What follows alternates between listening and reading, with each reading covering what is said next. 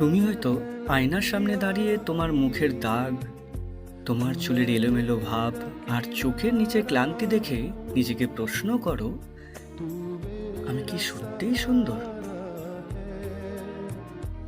কিন্তু আমি তোমায় দেখি অন্যভাবে। তোমার ওই গলার ভাঙা স্বর, তোমার ওই অভিমানী নীরবতা, অথবা নিজের কষ্ট লুকিয়ে রাখা হাসি, তোমার এই সব কিছুতেই খুঁজে পাই এক অপূর্ব সৌন্দর্য। তুমি হয়তো জানো না, তোমার না সাজা চেহারার মধ্যেও কেমন জানি একরকম টান থাকে, যা মায়ার থেকেও বেশি গভীর। আমার চোখে তুমিই সুন্দরী, কারণ তোমার রূপ নয়, তোমার মনটা আমাকে রোজ ছুঁয়ে যায়।